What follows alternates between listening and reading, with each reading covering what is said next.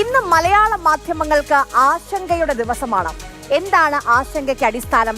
കേരളത്തിലെ എല്ലാ മാധ്യമങ്ങളിലും വൈകിട്ട് ആ ദിവസത്തെ പ്രധാന വിഷയത്തിൽ ഒരു ചർച്ചയുണ്ട്. ഒരു CPM പ്രതിനിധി, ഒരു കോൺഗ്രസ് പ്രതിനിധി, ഒരു BJP പ്രതിനിധി, ഒരു നിരീക്ഷകൻ. ഇതാണ് ഫോർമുല. ഇതിൽ CPM പാർട്ടി പ്രതിസന്ധിയിലാകുന്ന വിഷയങ്ങളിൽ AKG സെന്ററിൽ നിന്ന് പാർട്ടി പ്രതിനിധിയെ അയക്കാറില്ല. ആ സമയത്ത് ചാനലുകളുടെ രക്ഷകനാണ് റെജി ലൂക്കോസ്, ഇടത് സഹയാത്രികൻ. ഇതായിരുന്നു ലേബൽ. ആ സഹയാത്രികൻ ഇടതിനൊപ്പമുള്ള യാത്ര ഇന്ന് അവസാനിപ്പിച്ചു, BJPയിൽ ചേർന്നു.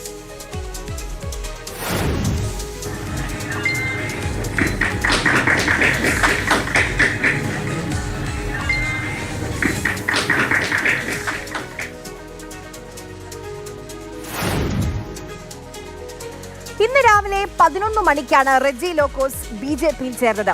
24 മണിക്കൂർ മുൻപ് കേരളത്തിൽ പിണറായി 3.0 വരുമെന്ന് വാദിച്ച മനുഷ്യനാണ് റെജി ലൂക്കോസ്. മന്ത്രി V ശിവൻകുട്ടി മുതൽ K അനിൽകുമാർ വരെ റെജി ലൂക്കോസ് പാർട്ടി മെമ്പർ അല്ല എന്ന് പറഞ്ഞ് രംഗത്ത് വന്നിട്ടുണ്ട്. പാർട്ടിയുടെ ലോക്കൽ കമ്മിറ്റി ബ്രാഞ്ച് സെക്രട്ടറിയോ അല്ലെങ്കിൽ പാർട്ടിയുടെ ഏതെങ്കിലും ഒരു ഘടകത്തിലെ മെമ്പറോ ഒന്നും അല്ലല്ലോ ഈ റെജി ലൂക്കോസ് എന്ന് പറയുന്നയാള്.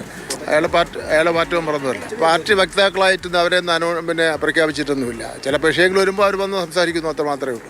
പാർട്ടിയുടെ കാലാകാലങ്ങളിൽ ഉണ്ടാകുന്ന പ്രശ്നങ്ങൾ എത്രയോ പേർ അനുകൂലിക്കുന്നു, അനുകൂലിക്കുന്നവർ തന്നെ പ്രതികൂലിച്ച് വേറെ അഭിപ്രായ പ്രകടനം നടത്തുന്നുണ്ടല്ലോ. അത് ആ രൂപത്തിൽ കണ്ടുകൊണ്ടാൽ മതി. അതിലൊരു ചെറിയ പ്രശ്നമില്ലേ? കഴിഞ്ഞ 4-5 കൊല്ലമായി കേരളത്തിലെ എല്ലാ ചാനലുകളിലും ഇടത് സഹയാത്രികന്റെ ലേബലിൽ വന്നിരുന്ന് പാർട്ടി പോലും പറയാത്ത ക്യാപ്സ്യൂൾ പറഞ്ഞപ്പോൾ പാർട്ടി മെമ്പർ അല്ല എന്നത് പ്രശ്നമായിരുന്നില്ലേ? രാഷ്ട്രീയം അവസരങ്ങളുടേതാണെന്ന് എത്രയോ തവണ നമ്മൾ കണ്ടതാണ്. ഈ കാണുന്നത് വെറും 2 മാസം മുൻപ് റെജി ലൂക്കോസ് ഫേസ്ബുക്കിലിട്ട പോസ്റ്റാണ്.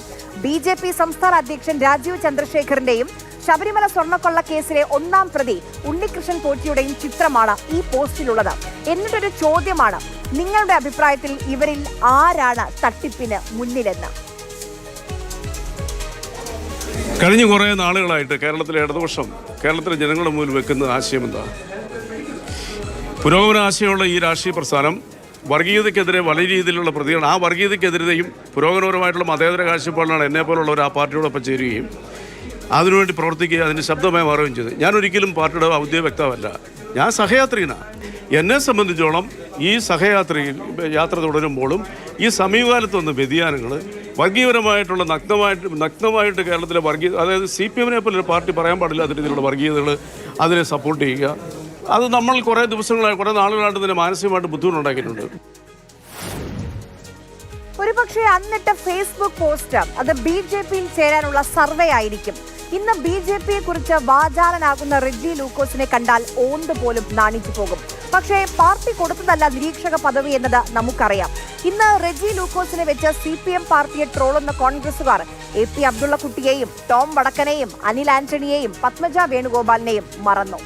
ഇവരൊന്നും നിരീക്ഷകരായിരുന്നില്ല, 916 കോൺഗ്രസ് പ്രവർത്തകരായിരുന്നു.